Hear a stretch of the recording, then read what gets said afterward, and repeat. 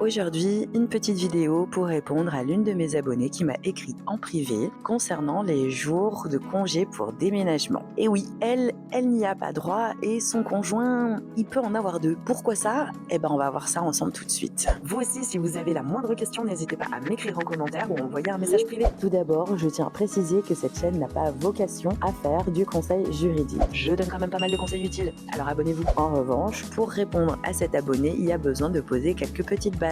D'abord, en droit du travail, la base commune à tout ce petit monde, c'est évidemment le code du travail. Et ensuite viennent les conventions collectives, puis les accords d'entreprise, éventuellement les accords d'établissement et en dernier, les usages pratiqués. Autre information très importante, vous devez savoir que dans votre bulletin de salaire, votre employeur a l'obligation de mentionner la convention collective dont vous dépendez ou il doit mentionner le code du travail à la place. Si vous cherchez la convention collective, vous la trouverez sous la référence du numéro IDCC ou bien CCN. Et une fois que vous aurez trouvé la convention collective ou bien l'accord d'entreprise duquel vous dépendez, vous pourrez effectuer une recherche dans la catégorie des congés exceptionnels où seront fait mention ou pas de la possibilité de poser des congés pour déménagement. Que vous ayez droit à un ou plusieurs jours de congés exceptionnels, il n'engendrera pas de perte de salaire. En revanche, vous aurez l'obligation de le justifier à votre employeur. Et moi, je vous conseille tout simplement de lui transmettre une copie du bail où apparaîtront vos noms, prénoms, mais aussi celui du bailleur et la dernière page du bail où il y aura les signatures et la date.